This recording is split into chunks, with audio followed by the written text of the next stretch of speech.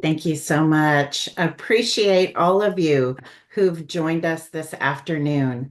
I'm going to turn off my video here in a moment, but I wanted to at least say hello to all of you. I promise I'll turn it back on at the very end, but I do find sometimes it freezes and none of you will be able to tell me I've frozen. So I'm trying to conserve bandwidth. All right. Again, thank you so much for joining. I'm so glad you decided to join us today. As Talia said, my name is Jennifer Hari. I'm a Lean Six Sigma Master Black Belt, and I also am a practicing organizational anthropologist. And that means I help teams build the future they want to live into. It's the nexus of improvement, of process, and the culture that they want to create. I've spoken at this conference for, I think, over a decade at this point. And each time that I speak, I have a different topic. This year, I wasn't really sure what would be of highest value, and I want to make sure that I'm giving you something very practical. So I asked around a little bit what folks are feeling challenged by in this era these days. And I heard a lot of input, and a theme started emerging, and that theme was overwhelming change.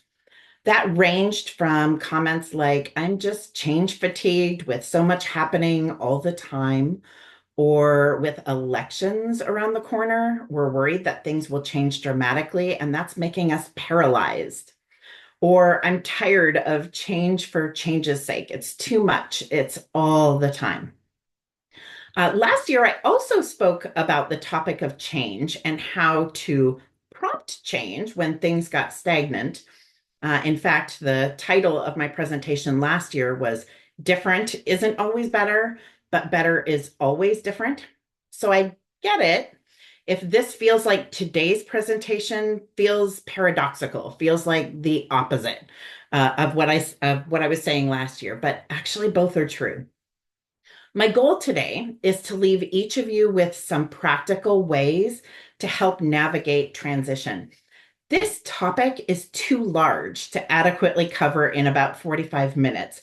So I do hope to give you a couple practical ideas that you might apply on the way, but also think maybe strategically about how you'll tackle the change that you have in front of you. Please use Q&A for any questions for me. We'll leave that till the end. Okay, let's go.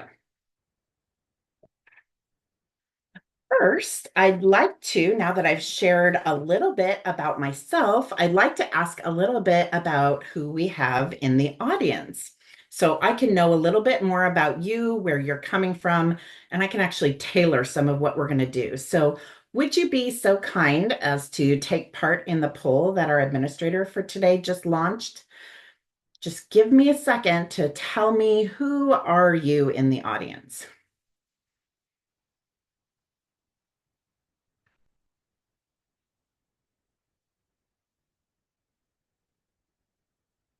And we'll close that once we feel like we've got enough input there.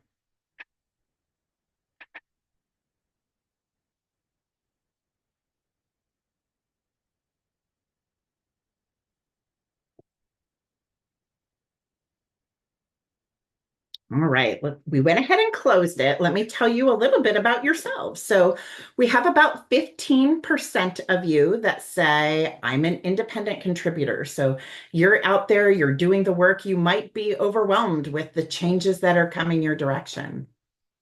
Next, we have about a quarter of you, 24%, that say you are a facilitator of change, maybe a consultant, a project manager, or a trainer.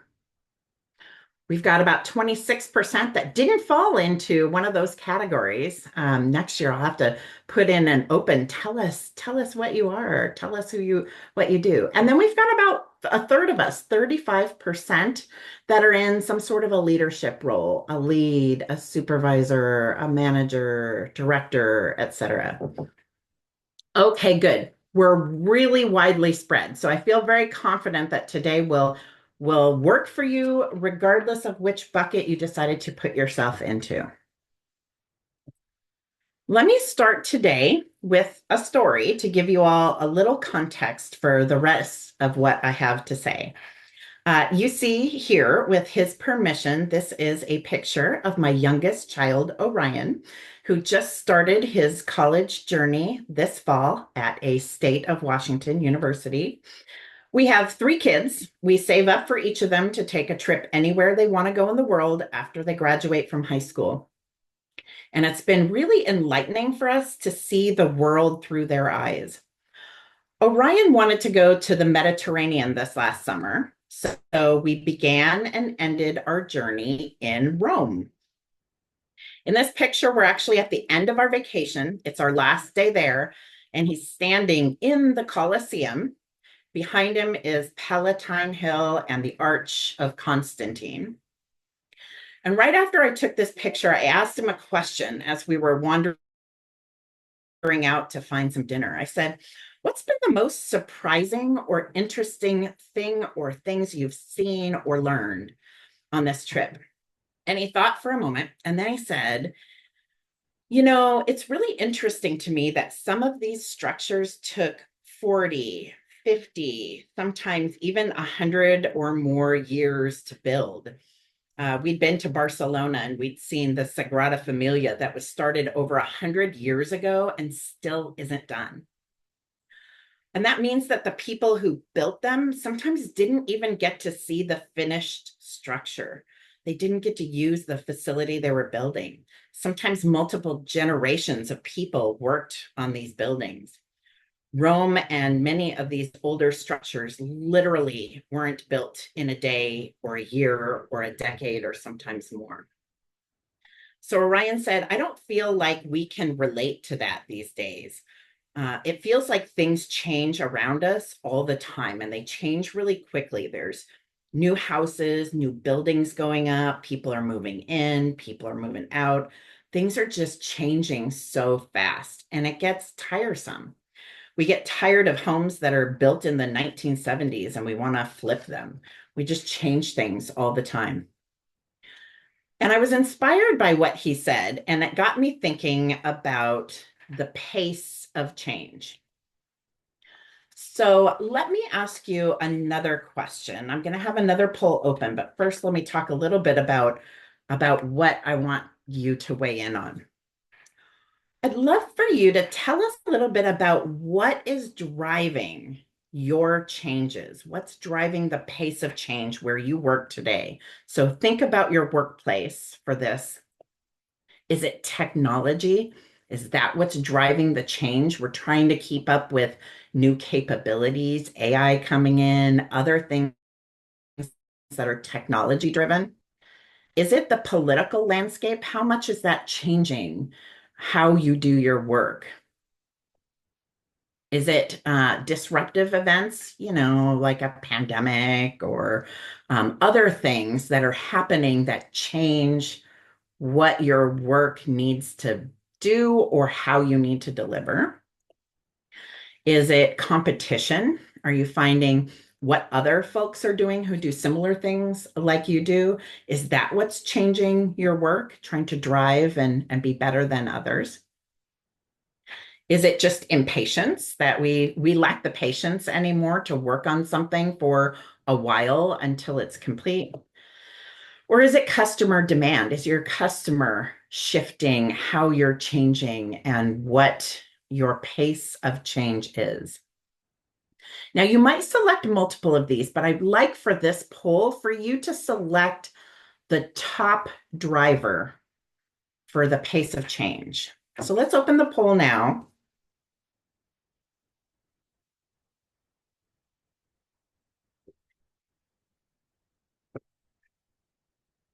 Oh, this is a different poll. My apologies. Let's actually go ahead and change that. Let's take that poll down. That's my fault. I gave the wrong slide to our results Washington. Why don't you think to yourself then, what's driving the pace of change? We're going to talk a little bit about that as we get into it. All right. We're gonna keep rolling with it here, folks. Okay.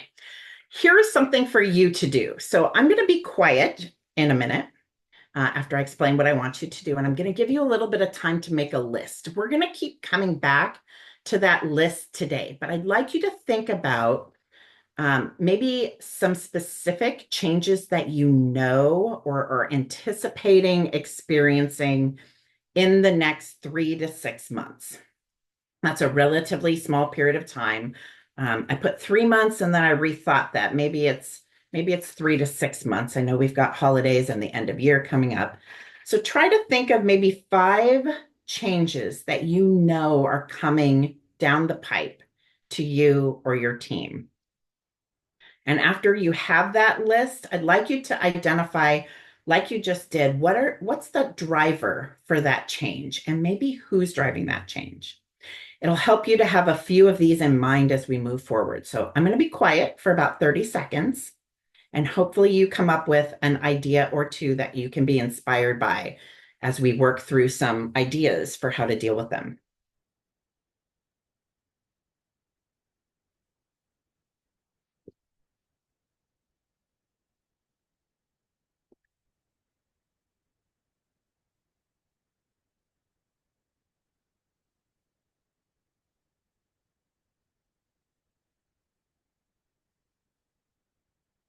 What are some changes coming your way?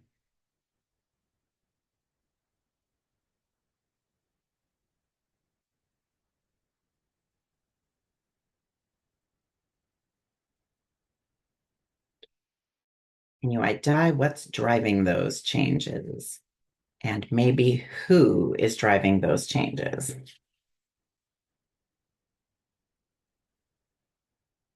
Okay, hopefully you have at least a couple that you can work with today.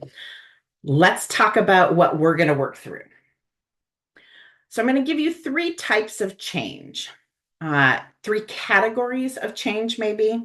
The first is daily team-driven change. So these are things that are ideas that come from the day-to-day problems that your team faces as they do their work. The second I'm going to call cross-functional change. This is change that might be driven by changes upstream or downstream of your team. Who collaborates with you to deliver products or services? Those might be changes that you would need to collaborate to enact rather than your team driven, which are usually controlled by your team. All right. The third category I'm going to talk through is strategic change. By that, I mean typically driven by some vision of the future or a response to maybe external forces that might change what you do, how you do, or who you do it for, sometimes dramatically. So look at your list of changes that you just wrote down, and can you identify which type of changes are responsible?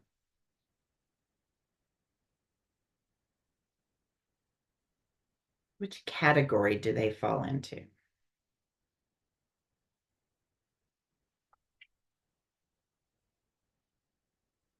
All right. I love this. I've got a picture of cheese there. I also call this Who or What is Moving My Cheese? There's a book about that if you're interested. Feel free to Google Who Moved My Cheese. All right.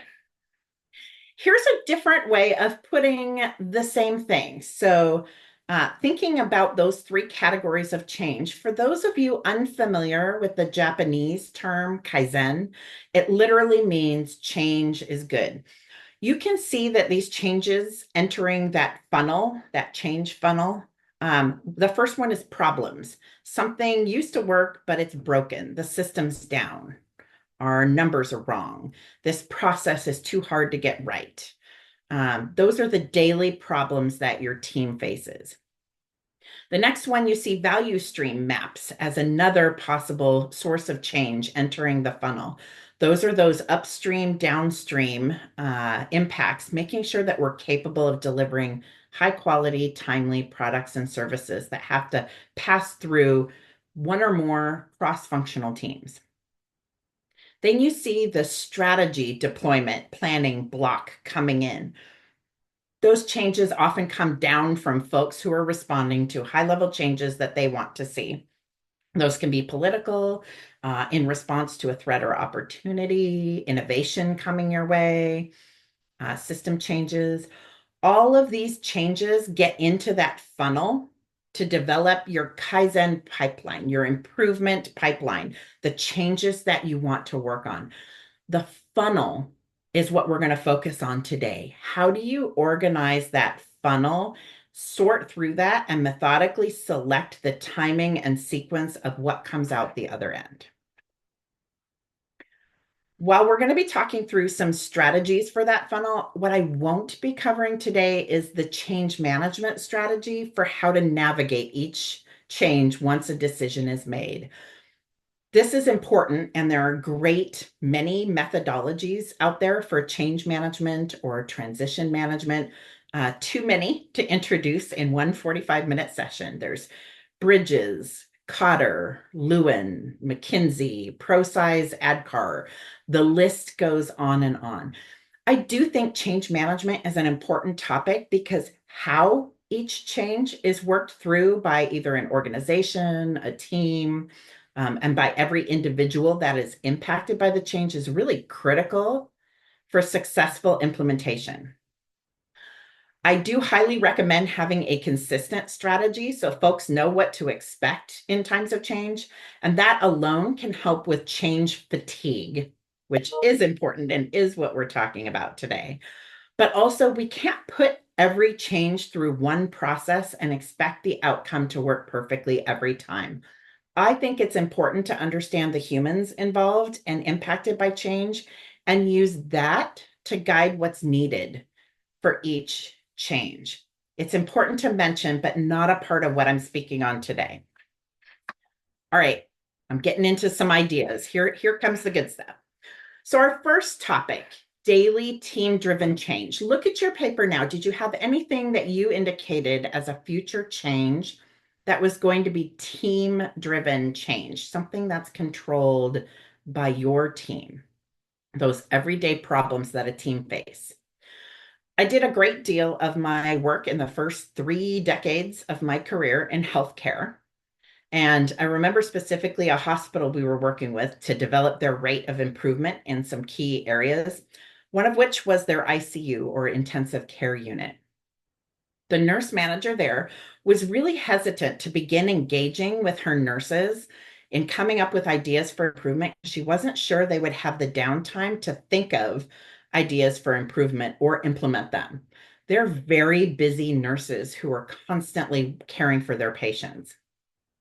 When she first implemented this program to submit ideas for improvement, she was shocked there were so many ideas. And the first thing she said to me was, "Jennifer, help. Now I have idea diarrhea. It's coming from everywhere. We can't possibly do all these ideas and expect that they'll work. What Pandora's box have I opened?" You'll have to forgive the candor with idea diarrhea when you work with nurses. They just don't care. They're going to talk about everything. So my first tip comes from her team. Remember that funnel of ideas that need to get worked through? The reality is it would be chaos if we just let them through all at the same time. Our nurse manager, who struggled with too many ideas, needed a way to meter this change. If you're implementing an experiment, how many variables do you want at a time? Just one, right? So she created this wall of improvement, also known as WALL-E, to create visibility for all the changes in all stages. So she created 3 zones. The first zone was the idea zone. When a new idea came in, it was put where it belonged in the idea zone, and all of those ideas were prioritized against each other. So they knew which idea to pull next.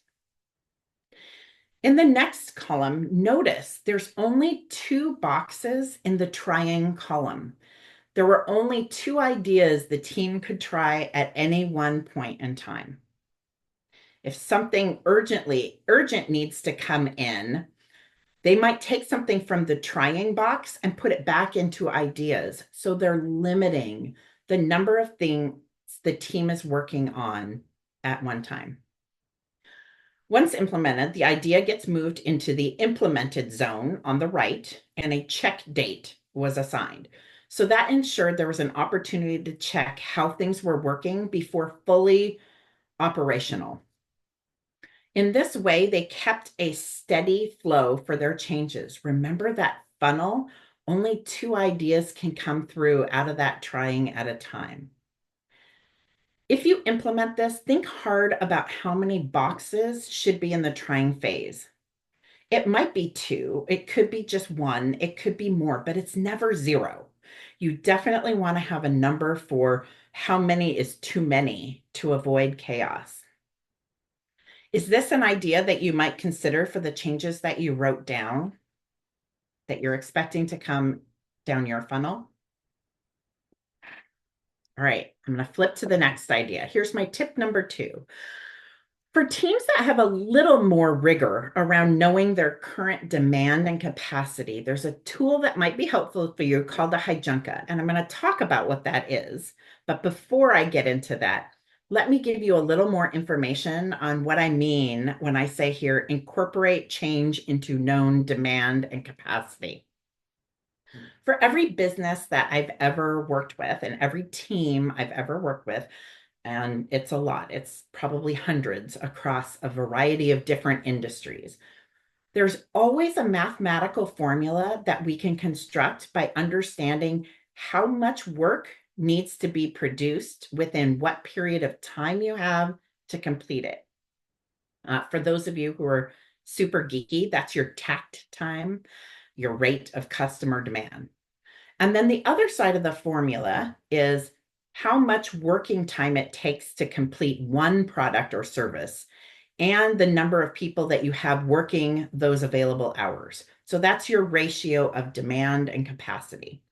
If that ratio is over 1, for example, if I have 100 hours worth of work to get done today, and across my team, I only have 80 hours of capacity, that's greater than 1, right? I won't be able to, I'll be 20 hours short, and I'm going to have a backlog of work, and I won't be able to solve for that until I can work down that backlog.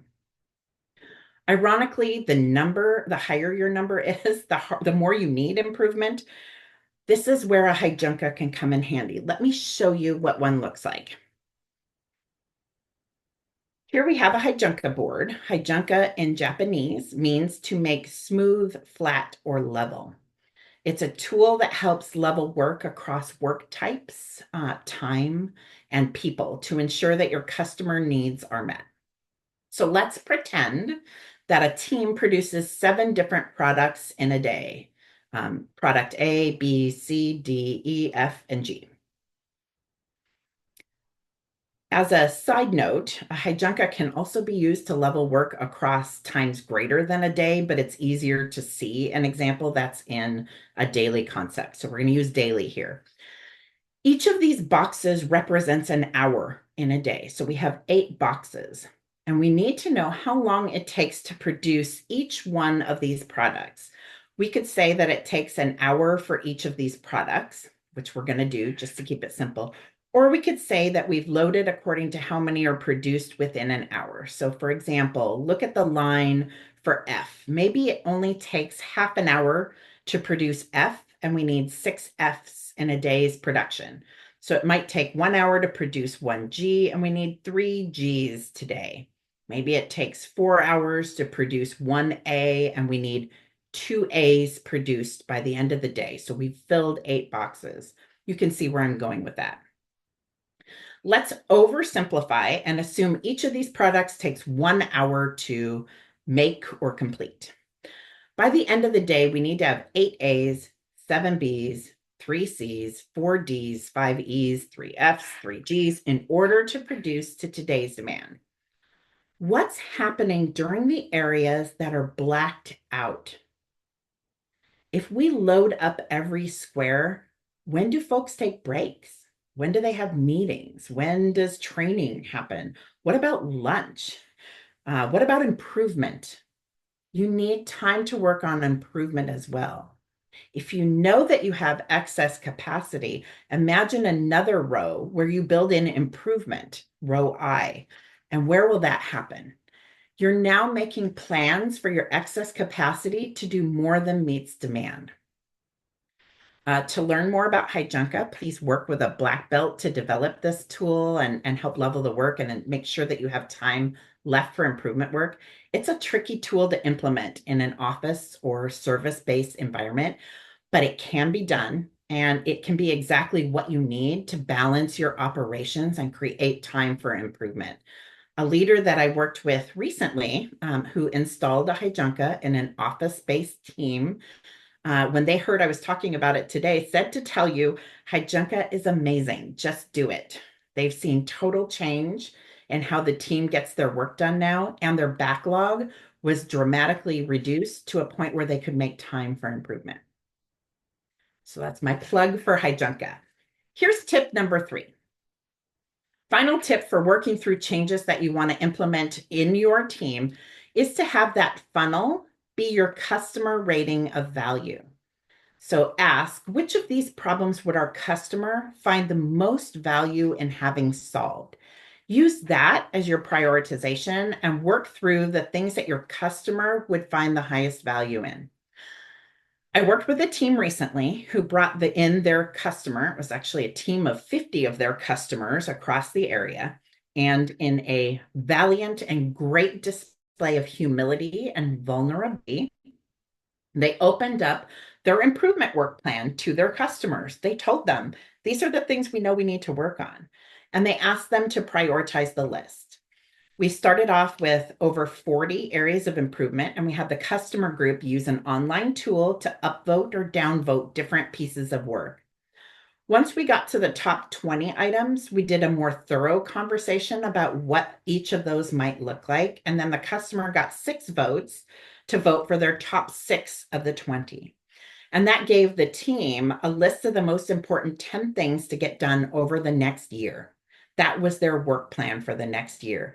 The team made great progress towards those 10, occasionally asking that customer group to come back and give input along the way, which they were happy to do because they understood more about what was happening.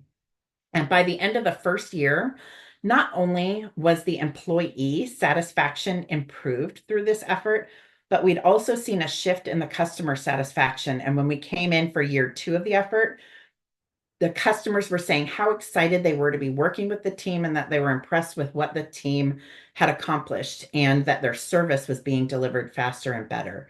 It was a great example of a win-win. All right. Anything that you want to take a note on for anything you identified as a team-driven daily improvement, feel free to take a note on one of those 3 items before I move to cross-functional change.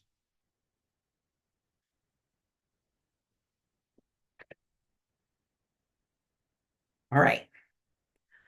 Let's talk about cross-functional change. So with team-driven change, you had a little more control about what things come into your pipeline and when.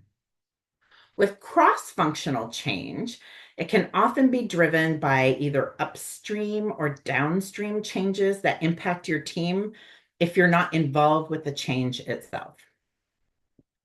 So the first tip that I have for you would be to pick work that creates capacity first. This tool actually works with any type of changes that you've got. Kaizen efforts often give us a long list of to-dos.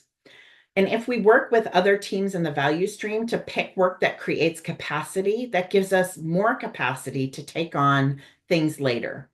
So at the end of a cross-functional event, I often use a tool called the priority payoff matrix, which you see here on the right, to help stage the improvement.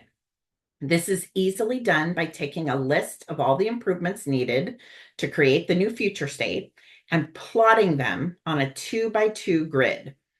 The first side on the left is impact or benefit. So what will the end result of this effort be? Is it a high benefit or is it a lower benefit? If I know a team is overwhelmed, I can look at the benefit as work that creates capacity and rate it higher on the left. Then what amount of effort would be required by the team? Money, will it take a long time to implement? That is along the bottom. So if it's lower effort, it goes to the left side. If it's higher effort, it goes to the right side. Once you've placed all your sticky notes on the grid, all I need to do is draw a line from the top left to the bottom right and draw a line from the improvement to that main line. And now I have the order of improvements I should do first. In this example, I would do 4, 3, 6, 2, 1, 5, 7, and 8 if I do 8 at all, because really not high effort and not that much benefit for number 8. Look at number 4. Number 4 is very low effort, and it might create capacity to take on something like number 7, which is high effort but high impact later on. All right. Here's another Japanese term that comes out of the Toyota production system, and this one is nemawashi. I don't always hear this out and about when people are learning about lean, and it's really a pretty interesting idea. So this idea is around gathering consensus. You'll see that ne means roots and mawashi means around, nemawashi. It's a gardening or agricultural term that roughly translates to preparing the soil. We often in American culture talk about planting seeds, right? When we're talking about change, but we don't often focus on ensuring that the conditions are right so that when you do plant those seeds, they'll thrive. Think of this as pre-change, getting upstream of your change to ensure that leadership, an organization, a team, or an individual is in the right environment to receive the change and nurture it.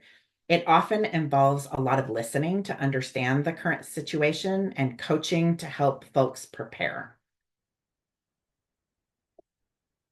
All right, let's talk through some strategic change now.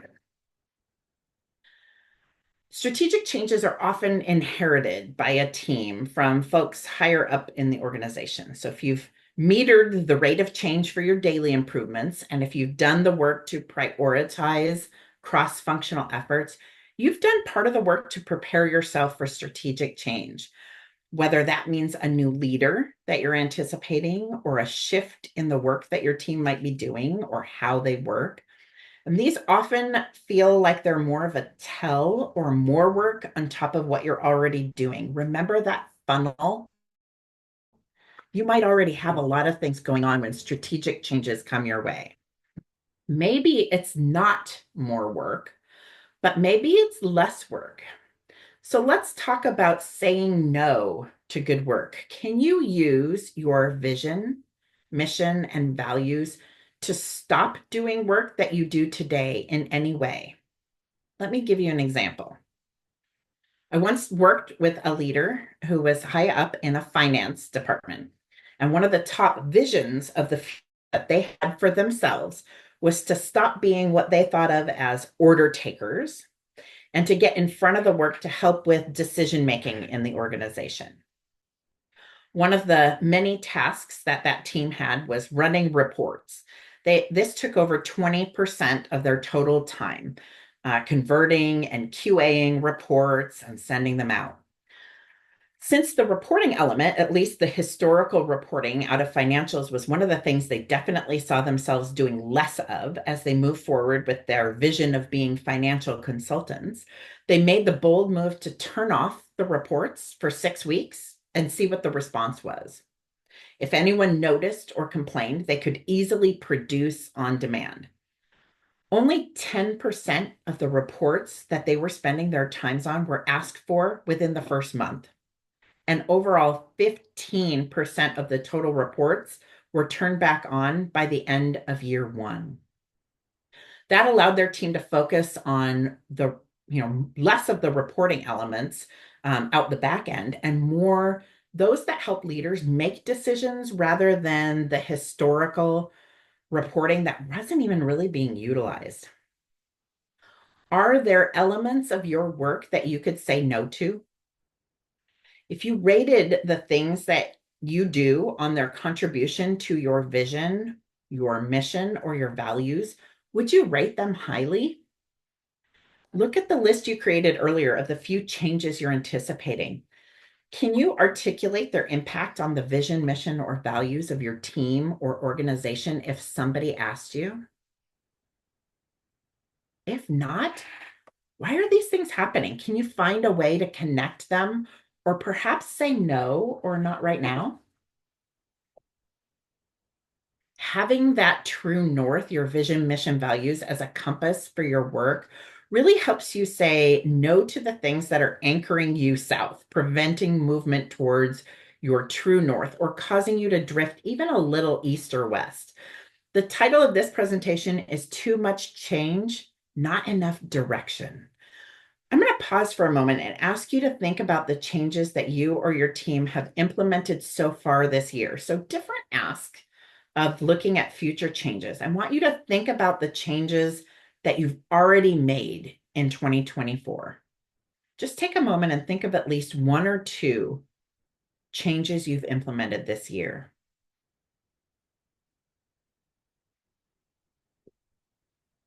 Did those one or two changes show up in your true north?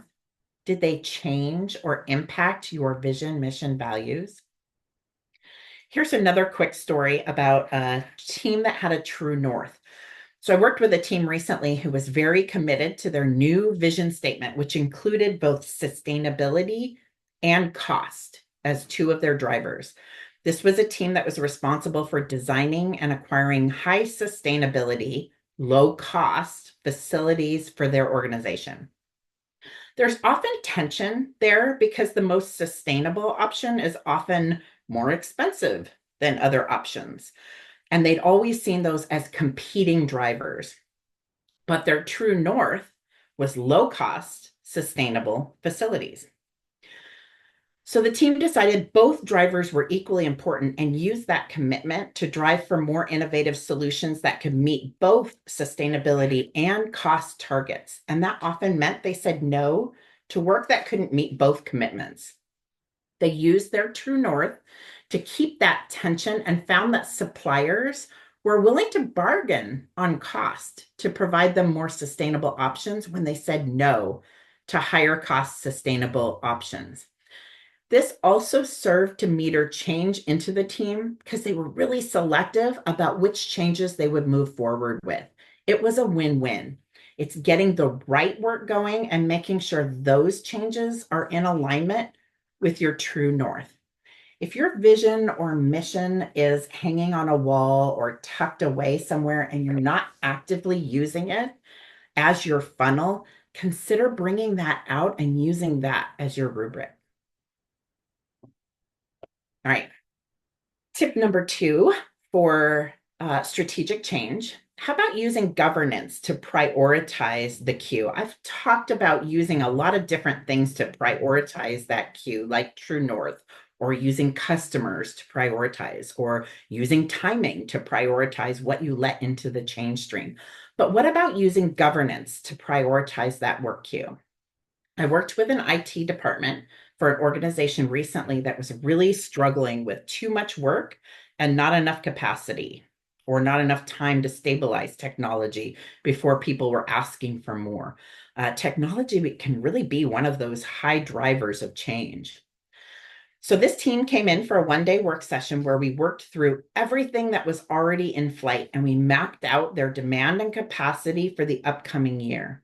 All the technology requests were put into a queue, and they invited a selection of internal stakeholders to hold ongoing governance for which projects would get loaded next. So this started by redesigning the impact analysis form that they required folks to fill out to tell the story about the impacts. Then an IT resource would add the resourcing and system impacts for each request. And that governance team would go through a rigorous process to sort through the queue and ensure that the work was loaded by priority. The team working on creating more capacity to do these projects by looking at their current workload. How often did they need to do an upgrade? Would doing an upgrade more or less take more time or less time? while still ensuring quality? Could they simplify the telephone system so maintenance would be easier? Could they save time on break fixes by improving preventive maintenance? All of these were value add, but having the governance there to help prioritize and gain agreement about what to load next was critical.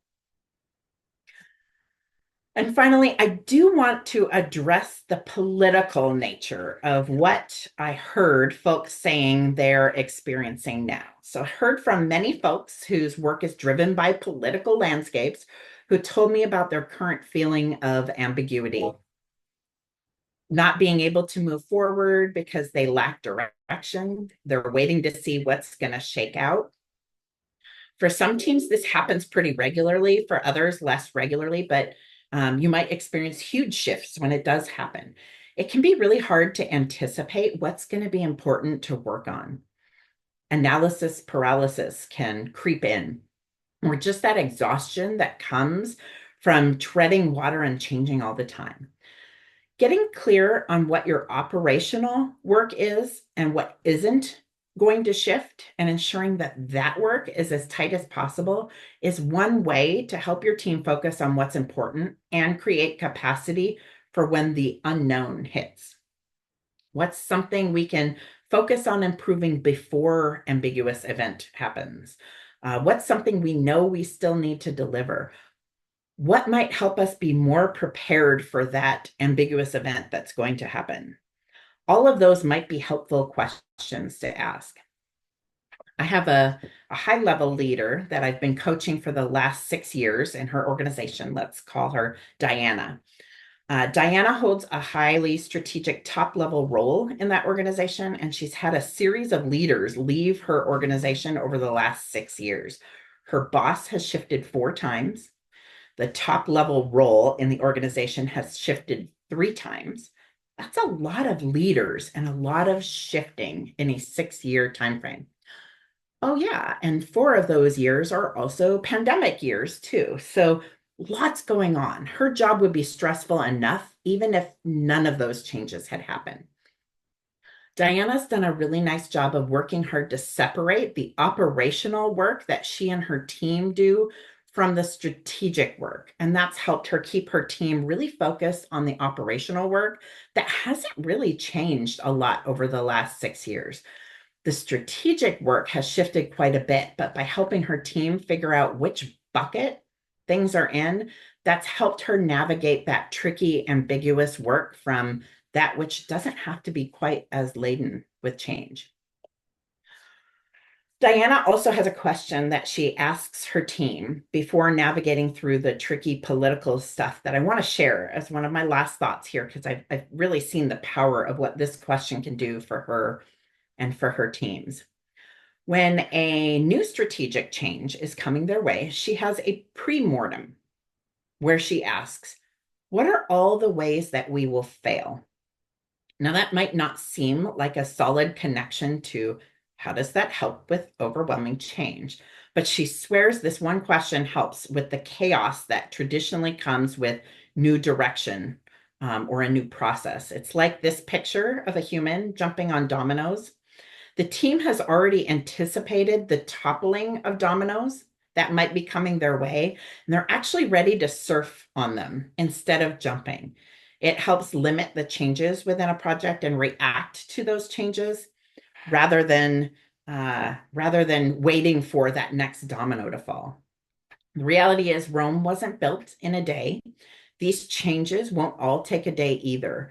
We often have time to anticipate, time to respond, time to think about how we can tackle what we're experiencing in front of us if we put a little structure in place.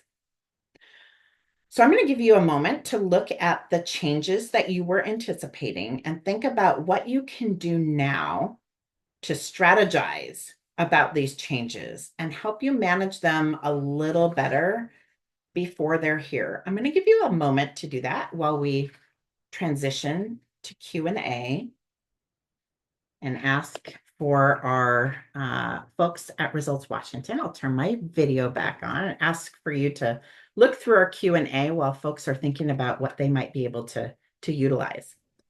Yes, absolutely. Thank you so much. This is awesome, Jennifer. I do have some good questions here in front of me. One is, how do you work on your pipeline when there are so many cross-functional and strategic that there is no time, capacity, or security to work on daily team-driven changes? Yeah. Okay. So now we're talking about uneven demand, right? You've Mm. got either strategic things coming your way, cross-functional things, and some of the things are actually broken. I've seen this handled a number of different ways. So I have a few ideas, but I'm sure they're not all. One is, can you separate who's working on what? So if you have some folks that are involved in helping with project planning for those strategic changes, and some folks on your team that are working on the cross-functional changes, are there some folks that are a little less involved in those that you can tap into helping figure out those smaller blocks? I like to think about change as if all your time is a jar and those big strategic changes are big rocks that go in. And then the smaller changes that are cross-functional are smaller pebbles that go in. Are there little things? Are there sand? Are there things like that first image that I showed, those daily improvements that you know you can make just a little bit of time for? So either level those changes across your people or start to think about what are those small bits of sand that you can still get in. The reality is, you may not have the capacity to be able to do those strategic changes if folks are still worried about the operational things that aren't working well. Wonderful. Thank you. Someone asked, what is that pre-mortem question the strategic leader asked again? Yeah, it's the pre-mortem. She says, "What are all the ways in which we will fail?"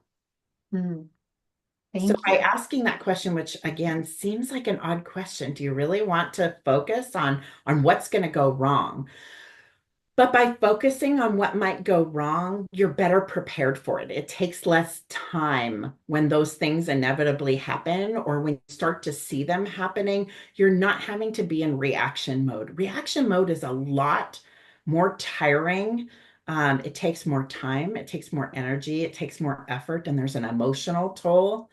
So, by thinking about those things in advance, she says that really helps for every change that comes through. It really helps them be orderly about the changes that are coming in and planful about what to expect when things inevitably go wrong. Absolutely. Good risk mitigation, right? Yeah, it's a quality plan to start out with, right? That doesn't Mhm. mean things aren't going to go sideways. They always do. But you at least have a plan. You've anticipated some of the things that might happen, and you've got a plan for those as well. Yeah, very good. Thank you. Could you talk about how to make recommendations on prioritization as it relates to your mission when you don't really have the option to say no, as is often the case in the public sector? Oh boy. I'm going to challenge the option to say no. Um, Sometimes we have more agency than we think we do to say no. So I'm going to talk a little bit about that, but I'm still going to answer the original question. So um, I've often found that things are often delivered as thou shalls, right? So we are going to do X. And oftentimes it's not clear what problem that's fixing. So if you do have agency to talk through what problem we're trying to solve by that solution, by implementing that solution, you might have some impact on actually getting to say no. If it isn't, if you really have no option to say no, if it's maybe a new system that's being rolled out and you don't have, everybody has to be on the same system, and even though your team doesn't have time, you're still going to be rolled out over onto the same system. I usually like to think about what will this new change also solve for us? Can we braid in some of the smaller changes that we know we want to? What will this fix for us? Are there things, and I love to engage the frontline team. Often they see things that I don't see or that their leaders don't see about what's going to be good impacts. The reality is sometimes you're given a timeline and you're given the work to be done. Um, I do go back to making sure that that operational change, like you have your operations really tight because you know you're not going to be able to say that 20% capacity that you have to use for that strategic change or that cross-functional change that's being given. Wonderful. Thank you. I know that happens a lot. Mhm. And then we have another question about, let's see, can you tell us more about the Hijunka if there's time? Uh, Yeah, that one always gets a lot of head scratchers. I don't often see folks using this. I see a hijunka often utilized in areas that are production based. So let me talk a little bit about the hijunka that I just helped a team put in. So they're a procurement team, and they're working on procurement requests that come through. In the past, they had maybe 6 people that were all very specialized. So, depending on what type of procurement it was, it went to only one person. And this meant very uneven across people. Some requests that come in tend to be very seasonal. So, for example, you might get more requests for snow and ice equipment as you're coming into the fall and winter months, right? So, there are some seasonal things that happen. So, the first thing that we did was talk about cross training because in order for a hijunka to work, I have to have resources to be able to level across. So we talked about how do we get people cross trained. And then we built a tool in Teams. For those of you that use Teams, there's a function called Planner in there. We built a resource that allowed people to be able to understand how long it took to do one. And as we looked at the things coming down their pipeline, we started loading those up according to steady flow, first in, first out.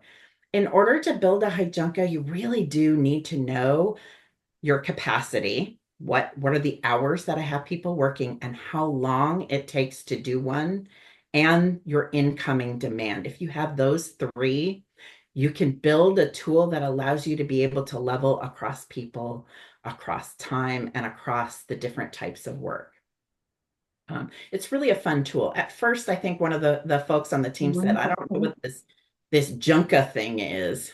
It wasn't very popular at first, but I'll be darned, as they started using it, they had a backlog. I want to say they had over 200 requests in their queue when we started. And by the time we had implemented that, it was down to about 100. And it's been steadily going down since. Something about making the work visible and being able to level it so that the work doesn't just sit there. It's ready to move forward when somebody is ready to move it. Yeah, that's awesome. And I can say you talked about Planner and Teams, and we've started using that as a team too. So it's a really helpful tool. Other tools work too. We can build it in Excel. We can build it. Mhm. I like to build it in a way that doesn't require extra work. Sometimes in the systems, we can build it along with some work rules so you don't have to create like an extra um, tag to represent the work, but in this case it makes it move really quickly and you can see at a glance when something's stuck, which is really nice. We do a lot of office work. I know a lot of you here do a lot of office work and things can get really buried. It's hard to know what's behind and hard to know what to prioritize every day, especially when these procurements take a long time. Sometimes it's weeks or months before the product or service, that contract, that whatever it is they're trying to procure is done. So, yeah, it's a really a great tool. Awesome. Thank you. Let's see. Do we have time for another one? I don't know. It's getting Um, close. Let's see. Any quick tips for leadership teams that cannot narrow down the priorities to something manageable in a 5 to 10 year period? Ooh, gosh, you can tell I'm going to push back on the no option and cannot. I always find that there really is a way. It feels hopeless, but I'm going to push back on the cannot. How do you go upstream to be able to inform and again prioritize and be able to say like what's going to have the greatest impact on our work? Um, you can tell I'm not one that likes to take no for an answer or take an absolute. I think there's always something that you can do. So as a leader, have the conversations, ask why. We talk about asking why of the people, showing respect for the work and asking the 5 whys. you can ask upwards as well Mhm. and help them understand how something else might have a better impact. I've had success in the past by explaining how, something might be destined for failure if we implement now. It might be Mhm. a not a no, but a not now. If Yeah, if we can do A before, this is why your beautiful idea of the next thing that we should be doing will be better. Uh, absolutely. Well, and, thank you so much for that. We just want to thank you so much. That was a great presentation, and we are so happy you spent your time with us today. Thank you to our ASL interpreter, Kelly Brunson, and the cart captioner, Gina. Thank you so much, Gina Coombe. Thank you to everyone who spent your afternoon with us today, who's been attending our conference. This is our last day for this week, but we will be starting again next week. So thank you so much, and we hope to see you next week. There's more of the conference to come. Visit our website, results.wa.gov, to visit sessions you've watched live, sessions you might have missed, to download the presenters' materials, and then to sign up for additional sessions. But you'll see a survey pop up. Please go ahead and complete that so we can get your real-time feedback. And thank you again for attending. And thank you so much, Jennifer, for all the questions you were able to answer in such a short time. This was a great presentation, super informative and helpful, and we will be walking away with those applicable tools. So thank you. thank you all.